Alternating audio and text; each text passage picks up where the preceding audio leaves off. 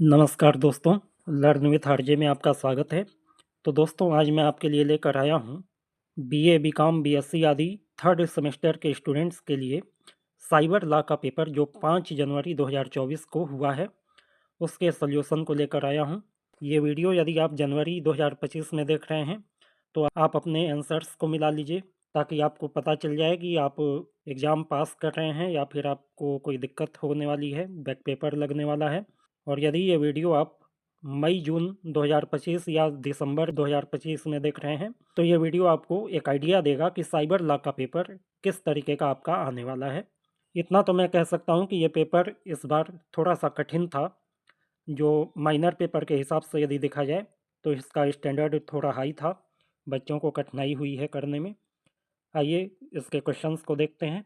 आप मुझे कमेंट करके ये ज़रूर बताइए कि आपके कितने आंसर सही हुए हैं और साथ ही इस वीडियो को लाइक कर दीजिए, शेयर कर दीजिए और चैनल को सब्सक्राइब करके बेल आइकन दबा लीजिए।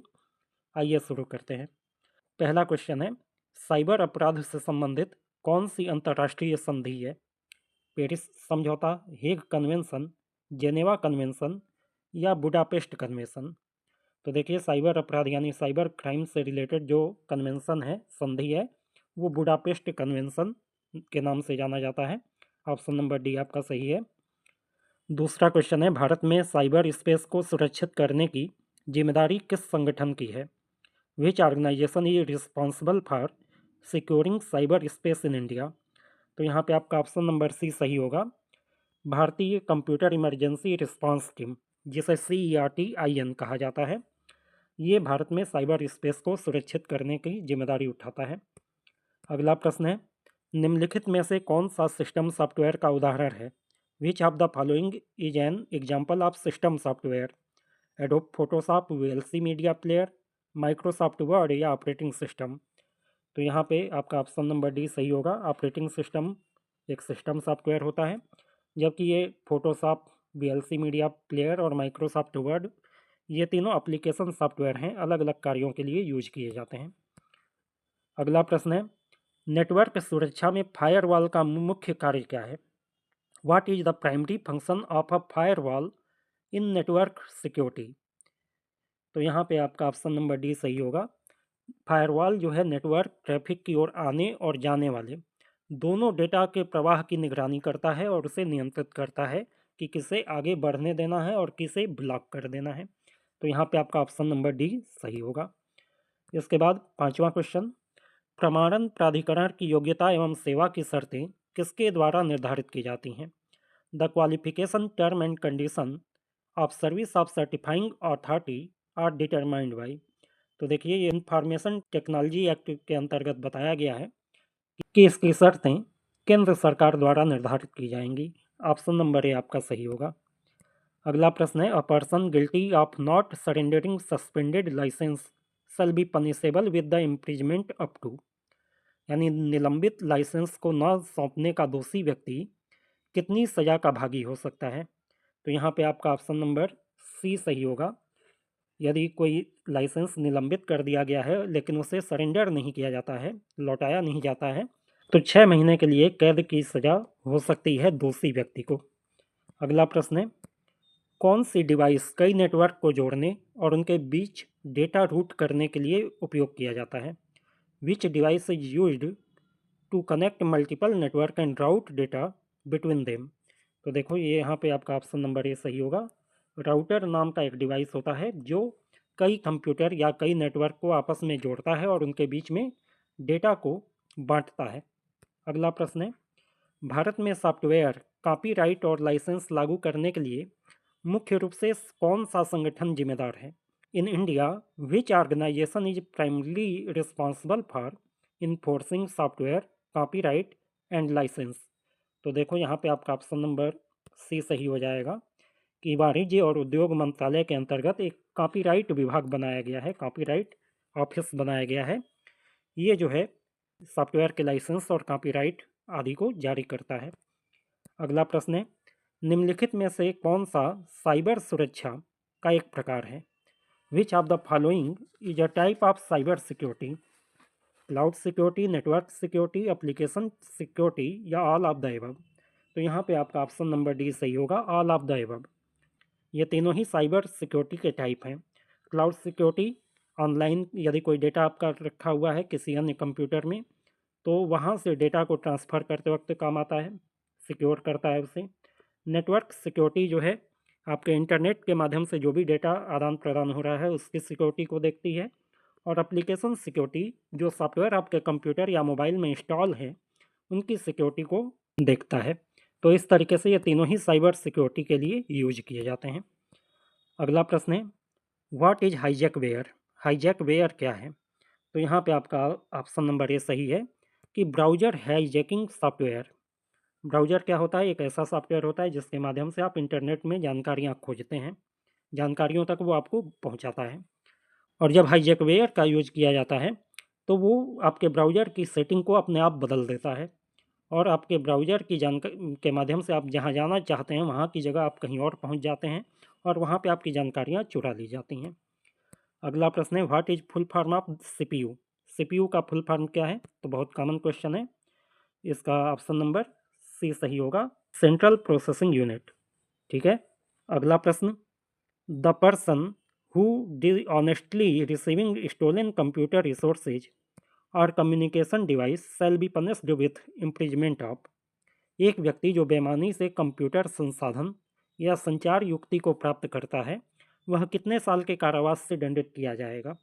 तो यहाँ पे आपका ऑप्शन नंबर ए सही होगा, 3 साल की सज़ा हो सकती है उसे। ठीक है।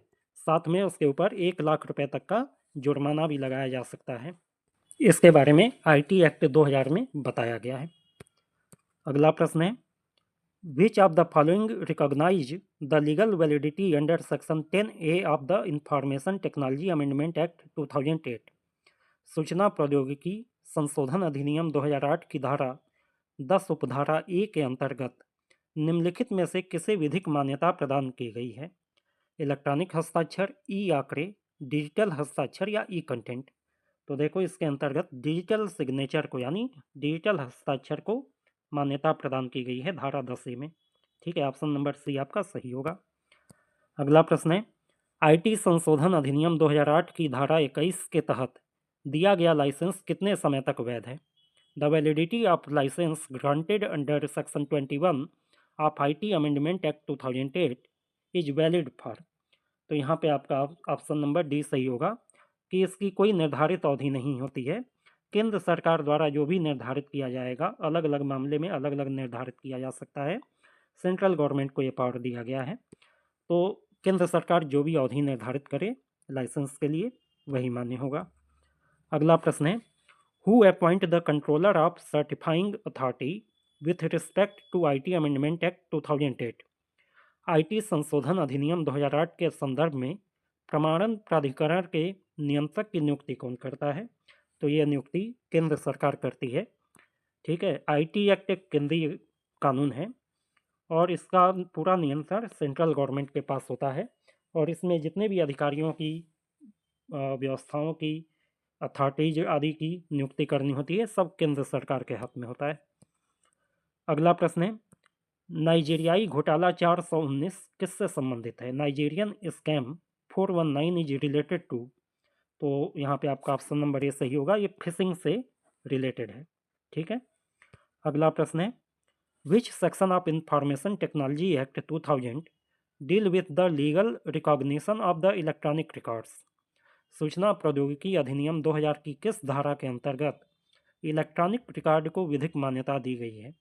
तो यहाँ पे आपका ऑप्शन नंबर सी सही होगा, धारा 4, आईटी एक्ट की धारा 4 में ये बात कही गई है कि इलेक्ट्रॉनिक रिकॉर्ड भी एक लीगल तरीके से, मतलब उसकी लीगल वैलिडिटी है।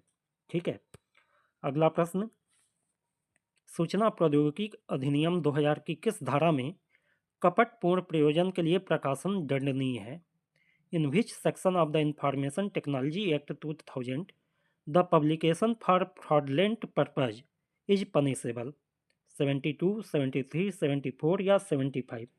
तो यहाँ पे आपका ऑप्शन नंबर सी सही होगा, धारा 74 में ये बात कही गई है। ठीक है, ऑप्शन नंबर सी सही हो जाएगा। अगला प्रश्न है, the term computer is defined under section dash of the information technology act 2000। सूचना प्रौद्योगिकी अधिनियम 2000 के किस धारा के अंतर्गत कंप्यूटर शब्द को परिभाषित किया गया है? तो ये परिभाषित किया गया है धारा 211 में, ठीक है ना, 211। ऑप्शन नंबर सी आपका सही होगा। अगला प्रश्न, according to which section of the information technology act 2000 the central government may give direction to any state government? सूचना और प्रौद्योगिकी अधिनियम 2000 की किस धारा के अनुसार केंद्र सरकार राज्य सरकार को निर्देश दे सकती है? तो यहाँ पे आपका ऑप्शन नंबर सी सही होगा। धारा 84 यानी सेक्शन 84 में केंद्र सरकार को ये अधिकार दिया गया है कि वो राज्य सरकार को सूचना प्रौद्योगिकी से संबंधित किसी मामले में किसी भी प्रकार का निर्देश दे सकती है। तो देखिए आपके क्वेश्चन पेपर में आईटी एक्ट से बहुत ज़्यादा क्वेश्चन पूछे गए हैं और धाराओं के बारे में भी काफ़ी कुछ पूछा गया है। धाराओं को आपको अगली बार से ध्यान रखना है कि इसकी पढ़ाई होनी ज़रूरी है। माइनर पेपर के हिसाब से ये पेपर थोड़ा कठिन है। यदि लॉ के स्टूडेंट या बीटेक वगैरह के स्टूडेंट के लिए ये पेपर बना होता तो ये अच्छा पेपर माना जाता, लेकिन माइनर पेपर में चूँकि इतनी ज़्यादा पढ़ाई भी नहीं होती है और बहुत ज़्यादा आपके सब्जेक्ट से रिलेटेड भी नहीं है ये चीज़ें, तो थोड़ा सा पेपर इस बार का कठिन बना है। अगला प्रश्न है, who is the father of computer security? Computer सुरक्षा के जनक कौन है? तो यहाँ पे आपका ऑप्शन नंबर ए सही होगा, अगस्त केकरहोफ्स, ठीक है, ये कंप्यूटर सिक्योरिटी के जनक माने जाते हैं। अगला प्रश्न है, which one of the following usually used in the process of wifi hacking? Wifi hacking की प्रक्रिया में आमतौर पर निम्नलिखित में से किसका उपयोग किया जाता है? Norton, Wireshark, aircrack ng या ऑल ऑफ द एबव? तो यहाँ पे आपका ऑप्शन नंबर सी सही होगा, एयर क्रैक एनजी। इस सॉफ्टवेयर का यूज किया जाता है वाईफाई को हैक करने के लिए। ये WPA1 और WPA2 दोनों की सिक्योरिटी को ब्रीच कर सकता है। अगला प्रश्न है, प्रमाणनकर्ता प्राधिकरण द्वारा डिजिटल हस्ताक्षर प्रमाण पत्र को विखंडित यानी वापस किया जा सकता है। प्रमाण पत्र जारी किए जाने के प्रकार पर निर्भर है, अभिदाता यानी ग्राहक के निवेदन पे, किसी भी परिस्थिति में नहीं, या उपरोक्त सभी। Digital signature certificate issued by the certifying authority can be revoke. तो देखो यहाँ पे थोड़ा सा कन्फ्यूजन है। एक तो प्रमाण पत्र की जो वैलिडिटी होती है उसके प्रकार पर निर्भर है कि जब तक वो वैलिड है तब तक ठीक है, जब उसकी वैलिडिटी ख़त्म हो जाएगा तो उसे वापस किया जाएगा, ठीक है, रिवोक किया जाएगा। इसके अलावा ग्राहक के निवेदन पे भी इसे रिवोक किया जा सकता है। तो ये दोनों ही ऑप्शन सही हैं, लेकिन ये ऑप्शन सही नहीं है कि किसी भी परिस्थिति में नहीं।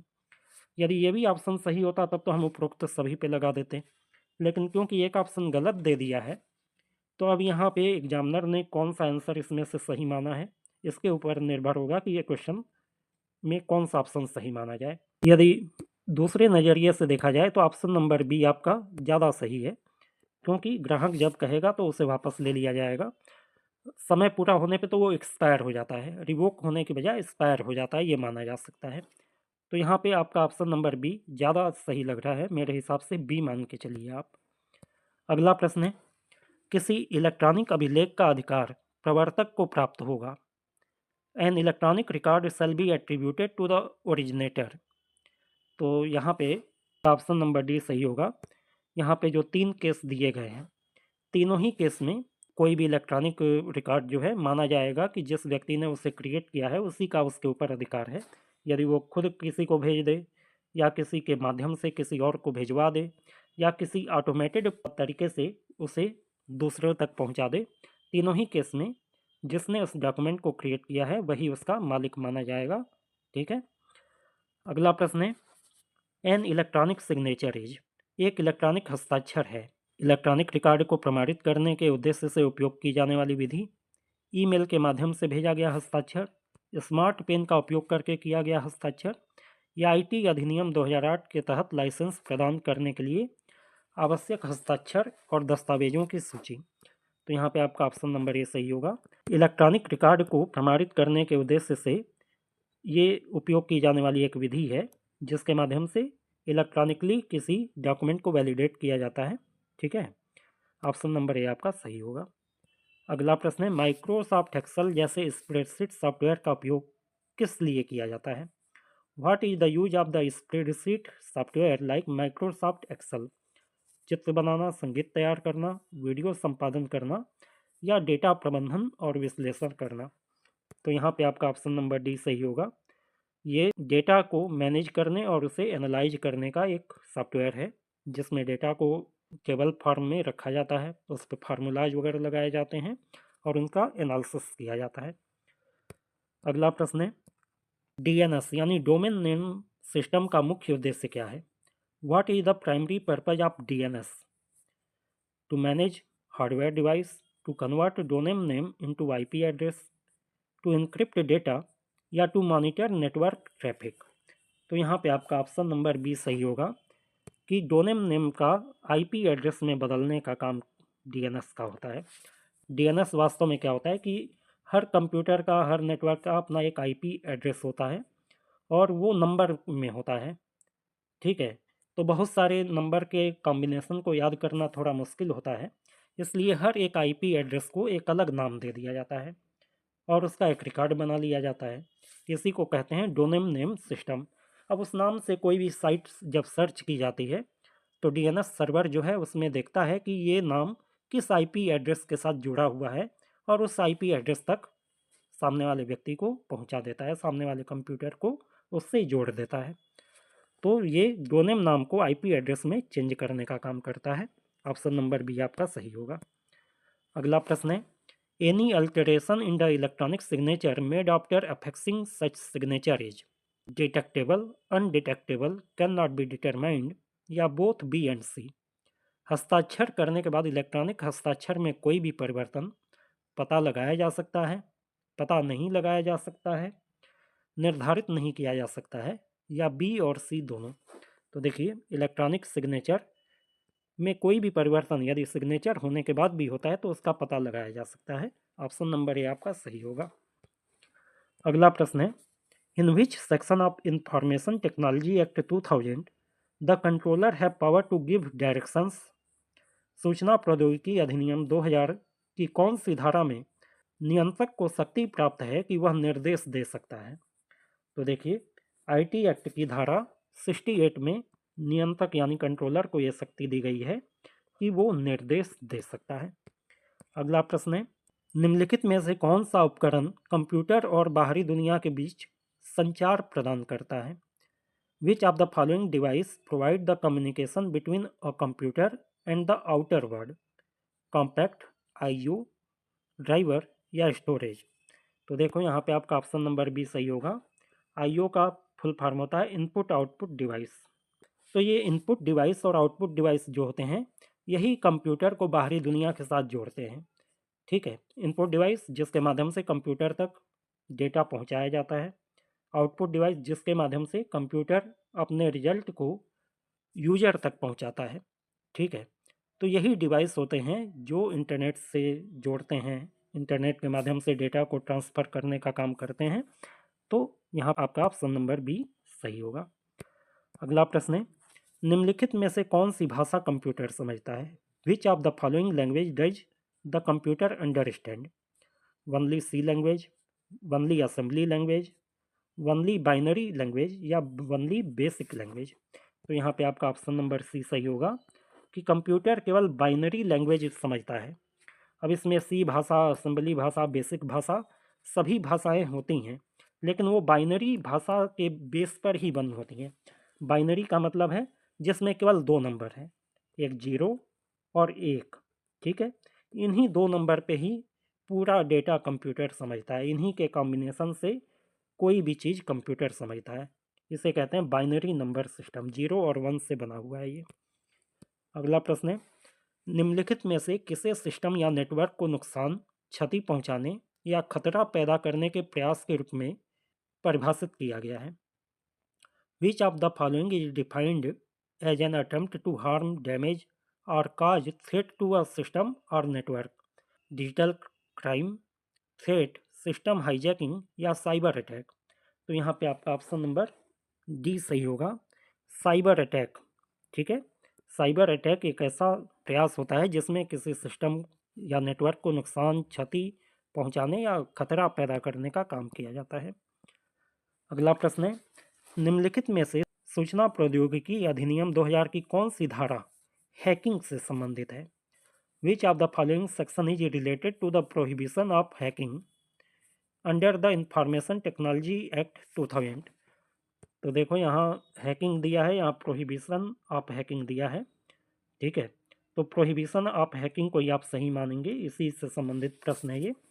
और यहाँ पे आपका ऑप्शन नंबर बी सही होगा। सेक्शन 65 में प्रोहिबिशन ऑफ हैकिंग की बात कही गई है। अगला प्रश्न है, साइबर ही space has no national boundaries, international jurisdiction, limited boundaries या बोथ ए एंड बी? तो साइबर स्पेस में कोई राष्ट्रीय सीमा नहीं होती है, ये तो सही बात है। साइबर स्पेस में कोई सीमा नहीं होती है, लैंड बाउंड्री की तरह इसमें कोई भी व्यक्ति कहीं तक पहुंच सकता है। इसका अंतर्राष्ट्रीय क्षेत्राधिकार होता है, ये बात सही नहीं है, क्योंकि हर देश अपने अपने बाउंड्रीज में साइबर स्पेस को कंट्रोल करता है और अपने हिसाब से नियम कानून बना के उसे कंट्रोल करता है। तो ऑप्शन नंबर बी गलत होगा। सीमाएं सीमित होती हैं, ये भी बात गलत है। और जब बी गलत है तो ए बी दोनों एक साथ हो नहीं सकता है। तो यहाँ पे आपका ऑप्शन नंबर ए सही होगा केवल, कि नो नेशनल बाउंड्रीज। अगला प्रश्न है, digital signature is a mathematical technique which validate authenticity, integrity, non repudiation या all of the above? Digital हस्ताक्षर एक गणितीय तकनीकी है जो मान्य करती है प्रामाणिकता, अखंडता, गैर अस्वीकृति या उपरोक्त सभी। तो यहाँ पे आपका ऑप्शन नंबर डी सही होगा। डिजिटल सिग्नेचर के यदि आप विशेषताओं को देखेंगे तो उसमें ये तीनों ही विशेषताएं पाई जाती हैं। अगला प्रश्न है, sending of unsolicited bulk and commercial message over the internet is spamming, stalking, phishing या स्पूफिंग? इंटरनेट पर अनचाहे थोक और व्यावसायिक मैसेज यानी संदेश भेजना है, स्पैमिंग, पीछा करना, फिशिंग या स्पूफिंग? तो यहाँ पे आपका ऑप्शन नंबर ए सही हो जाएगा, इसे स्पैमिंग कहा जाता है, ठीक है। अगला प्रश्न, सूचना प्रौद्योगिकी अधिनियम 2000 की कौन सी धारा सुरक्षित इलेक्ट्रॉनिक चिन्ह से संबंधित है? Which section of information technology act 2000 is related to the secure electronic signature? तो यहाँ पे आपका ऑप्शन नंबर ए सही होगा, सेक्शन 13 इससे रिलेटेड है, ठीक है। अगला प्रश्न है, which of the following is not a cyber crime? निम्नलिखित में से कौन सा साइबर अपराध नहीं है? डिनायल ऑफ सर्विस, सेवा से इनकार करना, man in the middle, malware या एईएस? तो यहाँ पे आपका ऑप्शन नंबर डी सही होगा, एईएस। एईएस का मतलब होता है एडवांस इनक्रिप्शन स्टैंडर्ड। तो इनक्रिप्शन का यूज ही इसलिए किया जाता है किसी डेटा को ट्रांसफ़र करते वक्त कोई थर्ड पर्सन उसे पढ़ ना पाए। तो एडवांस इनक्रिप्शन सिस्टम कभी भी साइबर अपराध नहीं होता है, उसे रोकने की एक प्रक्रिया है, इसलिए ऑप्शन नंबर डी आपका सही हो जाएगा। डिनायल ऑफ सर्विस भी कुछ लोग कहेंगे कि सेवा से इनकार करना कोई अपराध थोड़ी है, नहीं, इसे भी अपराध माना गया है। यदि किसी सेवा के लिए आप ऑफर कर रहे हैं और बाद में उससे मना कर देते हैं तो ये अपराध है। अगला प्रश्न है, निम्नलिखित में से कौन सी हैकिंग तकनीकी है जिसमें साइबर अपराधी फर्जी वेब पेज या डोमेन बनाकर धोखा देते हैं या अधिक ट्रैफिक प्राप्त करते हैं? विच of the below is a hacking technique in which cyber criminal create fictitious web page or domains to deceive or obtain more traffic? Spamming, mimicking, farming या वेबसाइट डुप्लीकेशन? तो यहाँ पे आपका ऑप्शन नंबर सी सही होगा, farming. Farming जो है fishing और स्पैमिंग को मिलाकर बना हुआ है, ठीक है। तो ये वास्तव में एक ऐसी प्रक्रिया होती है जिसके माध्यम से साइबर अपराधी आपको ओरिजिनल पेज की बजाय किसी डुप्लीकेट पेज पर पहुंचाने का प्रयास करते हैं, जो फिक्टिशियस तरीके से क्रिएट किया जाता है उस हैकिंग तकनीकी के द्वारा, ठीक है। ऑप्शन नंबर सी आपका सही होगा। अगला प्रश्न है, प्रोग्राम जो वायरस की तरह बढ़ते हैं परंतु कंप्यूटर से कंप्यूटर तक फैलते हैं उन्हें कहा जाता है? Programs that multiply like virus but spread from computer to computer are called as. तो इनको वर्म्स कहा जाता है। ऑप्शन नंबर ए आपका सही होगा। वायरस की तरह ही ये होता है, लेकिन इसमें बिना किसी ह्यूमन इंटरेक्शन के ये एक से दूसरे कंप्यूटर में बड़ी आसानी से चला जाता है, पहुंच जाता है, ऑटोमेटिकली इधर उधर ये फैलता रहता है। ठीक है, ऑप्शन नंबर ए सही होगा। वायरस में क्या होता है कि वायरस में जब तक ह्यूमन एक्टिविटी इन्वॉल्व ना हो, आप वायरस वाली कोई पेन ड्राइव अपने सिस्टम में लगा दें या कहीं पे क्लिक कर दें ऐसी वेबसाइट पे जहाँ पे वायरस है, तब वायरस आपके कंप्यूटर में आता है। लेकिन वॉर्म में क्या होता है कि आप कुछ नहीं भी करेंगे तो वो वार्म ऑटोमेटिकली आपके कंप्यूटर में आ सकता है। इस तरीके से उसे प्रोग्राम किया हुआ होता है। अगला प्रश्न है, what is the fees for the renewal of licence under the information technology act 2000। सूचना प्रौद्योगिकी अधिनियम 2000 के अंतर्गत किसी अनुज्ञप्ति के नवीकरण की फीस क्या है। तो देखिए, आईटी एक्ट में कहीं भी ये नहीं बताया गया है कि किसी लाइसेंस को रिन्यूअल के लिए कितनी फीस निर्धारित की जाएगी, लेकिन उसकी सीमा बताई गई है कि ये फीस कभी भी 25,000 रुपये से अधिक नहीं होगी। इसलिए ऑप्शन नंबर डी आपका सही हो जाएगा। अगला प्रश्न है, who elect the chairperson of the cyber appellate tribunal. Cyber appeal अधिकरण का अध्यक्ष का चुनाव कौन करता है। तो ये चुनाव केंद्र सरकार करती है। ऑप्शन नंबर सी आपका सही हो जाएगा। ठीक है, अगला प्रश्न है, साइबर सुरक्षा को सूचना प्रौद्योगिकी अधिनियम 2000 की किस धारा में परिभाषित किया गया है। Cyber security is defined under which section of IT act 2000। तो इसे डिफाइन किया गया है सेक्शन 2(u)(a) में। ऑप्शन नंबर ए आपका सही हो जाएगा। इसके बाद है, where did the term hacker originated. Hacker शब्द की उत्पत्ति कहाँ से हुई। MIT, New York University, Harvard University या नन ऑफ द अबव। तो हैकर शब्द की उत्पत्ति एमआईटी से हुई है। एमआईटी का पूरा नाम है मैसाचुसेट्स इंस्टीट्यूट ऑफ टेक्नोलॉजी। ठीक है, यहीं से हैकर शब्द की उत्पत्ति हुई है। अगला प्रश्न है, which one of the following monitor look like a television and are normally use with non portable computer system. निम्नलिखित में से कौन सा एक मॉनिटर टेलीविजन जैसा दिखता है जो आमतौर पर गैर पोर्टेबल कंप्यूटर सिस्टम के साथ उपयोग किया जाता है। तो देखिए, टेलीविजन जैसा देखने वाला मॉनिटर है सीआरटी, कैथोड रे ट्यूब। ठीक है, पुराने ज़माने में जो डब्बा वाला टीवी होता है वैसा ही ये मॉनिटर होता है, और ये आमतौर पे गैर पोर्टेबल कंप्यूटर के साथ यूज किया जाता है, डेस्कटॉप के साथ यूज किया जाता है। हालांकि अब इसको रिप्लेस कर दिया गया है एलईडी और एलसीडी के द्वारा। ठीक है, आजकल ये बहुत कम देखने में आता है, लेकिन इसका सही ऑप्शन सी ही होगा। अगला प्रश्न है, निम्नलिखित में से कौन सा डिजिटल हस्ताक्षर का प्रकार नहीं है। Which of the following is not a type of digital signature. Approval signature, not certified signature, visible digital signature या इनविजिबल डिजिटल सिग्नेचर। तो देखिए, approval signature, visual digital signature और इनविजिबल डिजिटल सिग्नेचर, ये तीनों प्रकार हैं। नॉन सर्टिफाइड सिग्नेचर जैसा कोई भी प्रकार नहीं है डिजिटल सिग्नेचर का। ऑप्शन नंबर बी आपका सही होगा।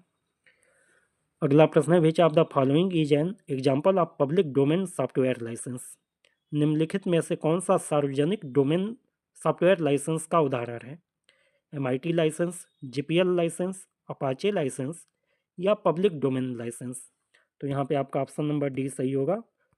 सार्वजनिक डोमेन लाइसेंस या पब्लिक डोमेन लाइसेंस एक ऐसा लाइसेंस होता है जो ओपन सोर्स माना जाता है, यानी इसमें कोई भी व्यक्ति इसे यूज कर सकता है, इसमें बदलाव कर सकता है, इसे डिस्ट्रीब्यूट कर सकता है, किसी तरीके की रोक टोक नहीं होती है पब्लिक डोमेन लाइसेंस में। अगला प्रश्न है, what is the main advantage of using digital signature over the traditional hand written signature. पारंपरिक हस्तलिखित हस्ताक्षरों की तुलना में डिजिटल हस्ताक्षरों का प्रयोग करने का मुख्य लाभ क्या है। They are faster to create, वे बनने में तेज हैं। They are easier to forge, उन्हें बना लेना आसान है। They provide security feature such as encryption and authentication, वे एन्क्रिप्शन और प्रमाणीकरण जैसी सुरक्षा सुविधाएं प्रदान करते हैं। या they can be use both online and offline transaction, उनका प्रयोग ऑनलाइन और ऑफलाइन दोनों लेन देन के लिए किया जा सकता है। तो यहाँ पे आपका ऑप्शन नंबर सी सही होगा कि मेन डिजिटल सिग्नेचर को यूज करने के लाभ ये हैं कि ये सिक्योर होते हैं, इनको एन्क्रिप्ट किया जा सकता है और ऑथेंटिकेशन के लिए यूज किया जा सकता है। ऑप्शन नंबर सी आपका सही होगा। इसके बाद है, इनमें से कौन सा एक प्रकार का सॉफ्टवेयर लाइसेंस नहीं है? Which of these is not a type of software licence? Shareware, general public licence, digital right management या सब्सक्रिप्शन? तो देखिए यहाँ पे आपका ऑप्शन नंबर सी सही होगा कि डिजिटल राइट मैनेजमेंट नाम का कोई लाइसेंस नहीं होता है। शेयरवेयर होता है जिसमें आप किसी सॉफ्टवेयर को दूसरे लोगों को शेयर करने की छूट देते हैं। सामान्य सार्वजनिक लाइसेंस यानी ओपन सोर्स लाइसेंस होता है ये, कोई भी व्यक्ति किसी सॉफ्टवेयर को यूज कर सकता है, उसमें बदलाव कर सकता है या फिर उसे डिस्ट्रीब्यूट कर सकता है। सब्सक्रिप्शन लाइसेंस का मतलब है कि आप कुछ पेमेंट करके उसका मेंबरशिप लेते हैं, सब्सक्रिप्शन लेते हैं और उसके बाद आप उसे यूज कर पाते हैं। पेड सॉफ्टवेयर जो होते हैं, ये 3 तरीके के लाइसेंस होते हैं। डिजिटल राइट मैनेजमेंट कोई लाइसेंस नहीं है। इसके बाद है, digital right in software license ensure copyright protection, hardware support, free update या open source access? Software license में डिजिटल अधिकार सुनिश्चित करता है, कॉपीराइट सुरक्षा, हार्डवेयर समर्थन, निःशुल्क अपडेट या ओपन सोर्स एक्सेस? तो यहाँ पे आपका ऑप्शन नंबर ए सही होगा कि कॉपीराइट सुरक्षा को सॉफ्टवेयर लाइसेंसिंग इंश्योर करती है। तो आपके कितने क्वेश्चन सही हुए कमेंट में मुझे ज़रूर बताएं। उम्मीद है कि ये वीडियो आपके लिए उपयोगी रहा होगा। वीडियो यदि आपको अच्छा लगा हो तो वीडियो को लाइक कीजिए, शेयर कीजिए और चैनल को सब्सक्राइब करके बेल आइकन दबा लीजिए ताकि नई नई जानकारियों की वीडियो आपके पास समय से मिल जाए। Good day to all.